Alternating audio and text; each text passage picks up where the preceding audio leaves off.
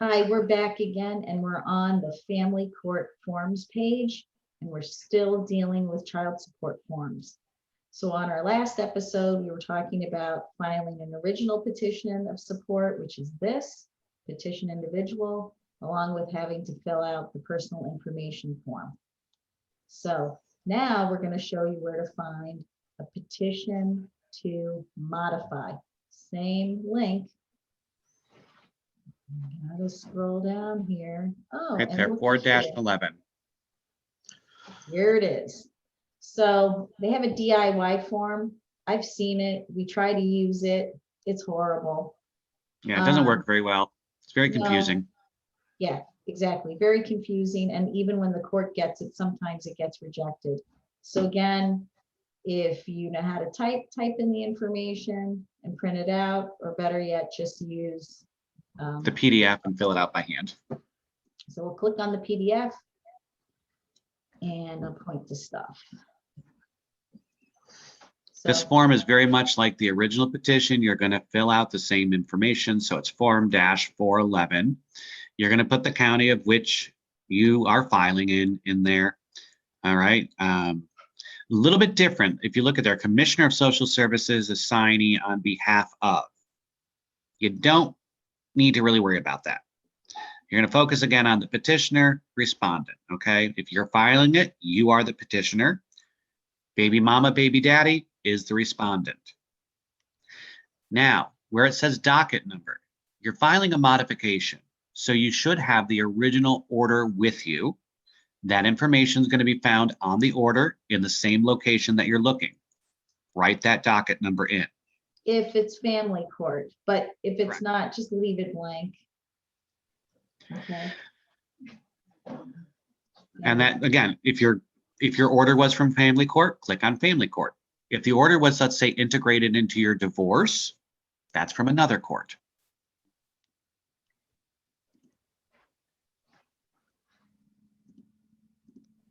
All right.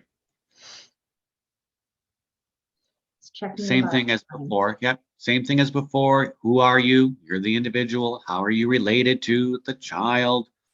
Where do you live? Same thing with respondent. Where does the baby mama, baby daddy live? If they've moved and you are not sure of the address to which they have moved, write in their last known address. You cannot write in unknown.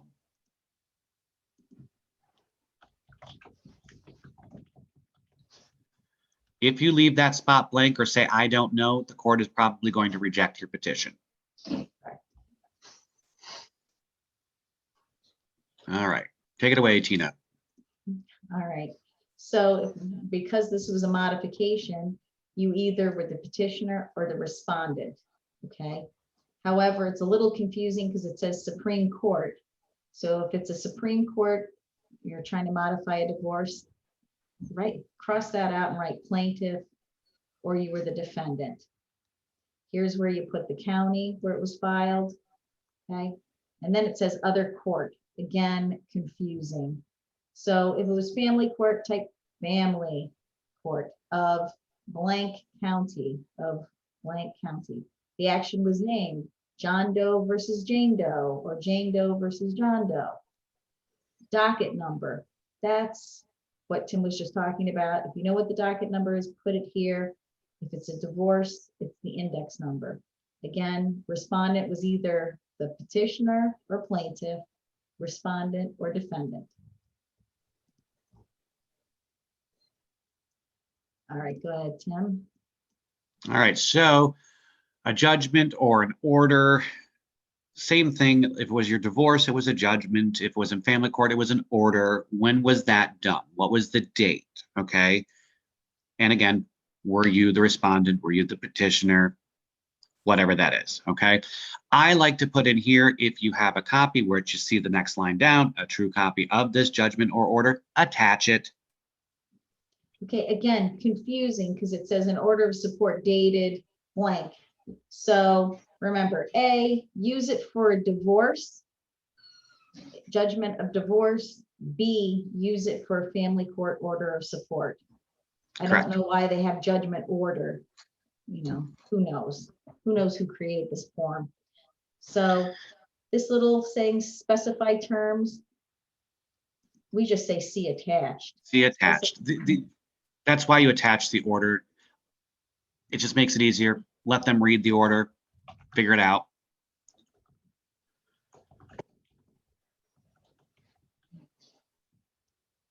Or see attached.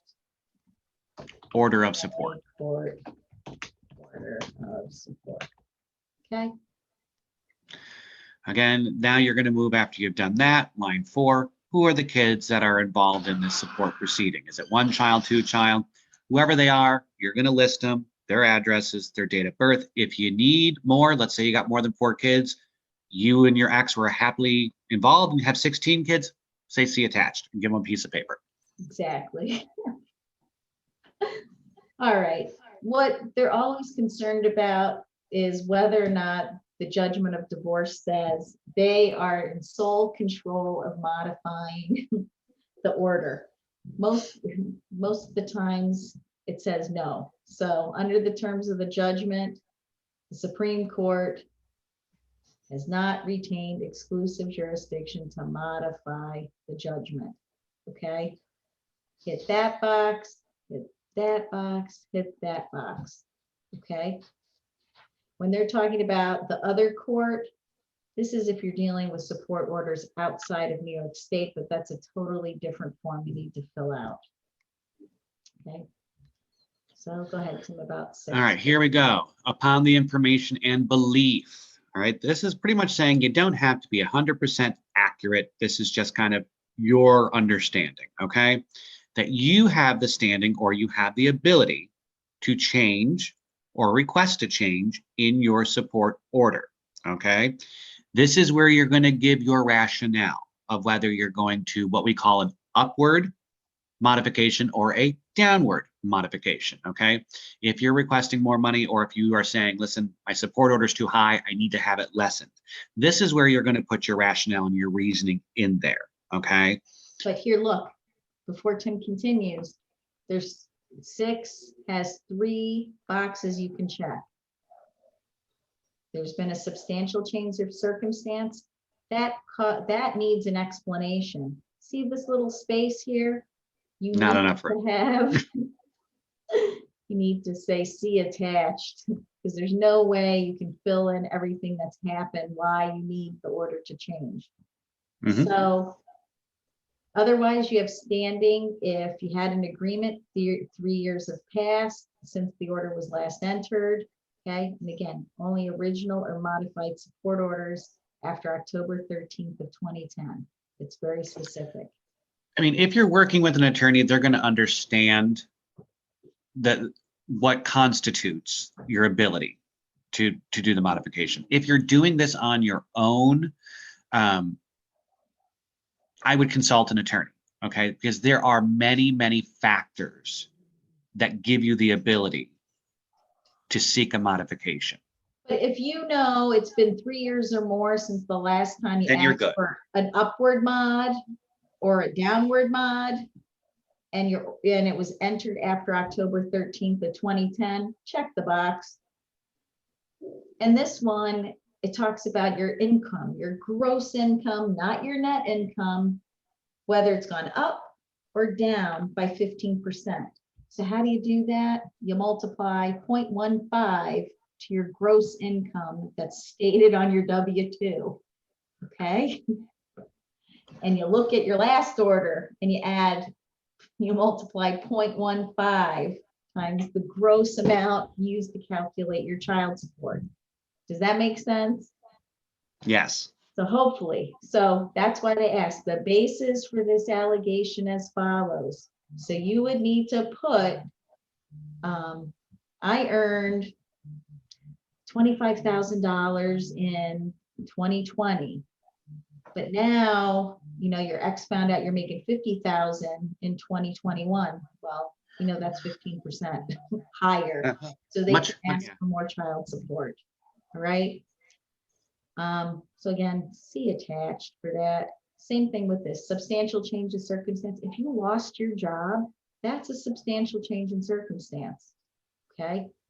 to ask for a downward modification. And you need to file right away if that happens, because support only gets modified back to the date you filed.